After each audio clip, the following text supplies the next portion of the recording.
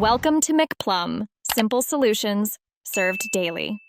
You start by opening Waze and confirming you're signed in so your preferences persist. Next, grant location and navigation permissions. Without them, Waze can't reroute around tolls.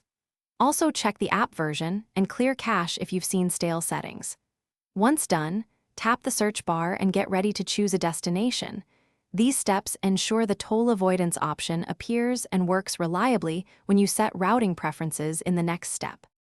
With destination entered, press directions so Waze computes routes. Tap the three-dot menu or route options and toggle Avoid Toll Roads. This tells Waze to prefer toll-free paths. If Waze shows several alternatives, review estimated time versus distance and pick the toll-free option that fits your priorities. Make sure to confirm the route and start navigation. Waze may still suggest a short toll segment if overall time savings are big, so double-check the chosen path before departing.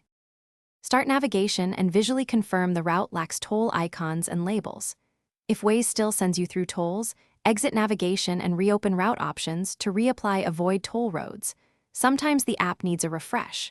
If that fails, clear app data or reinstall Waze and restart your phone to reset permissions.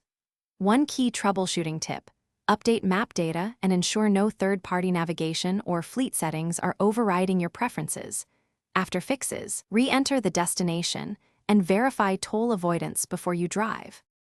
Thanks for watching. Stay juicy and subscribe.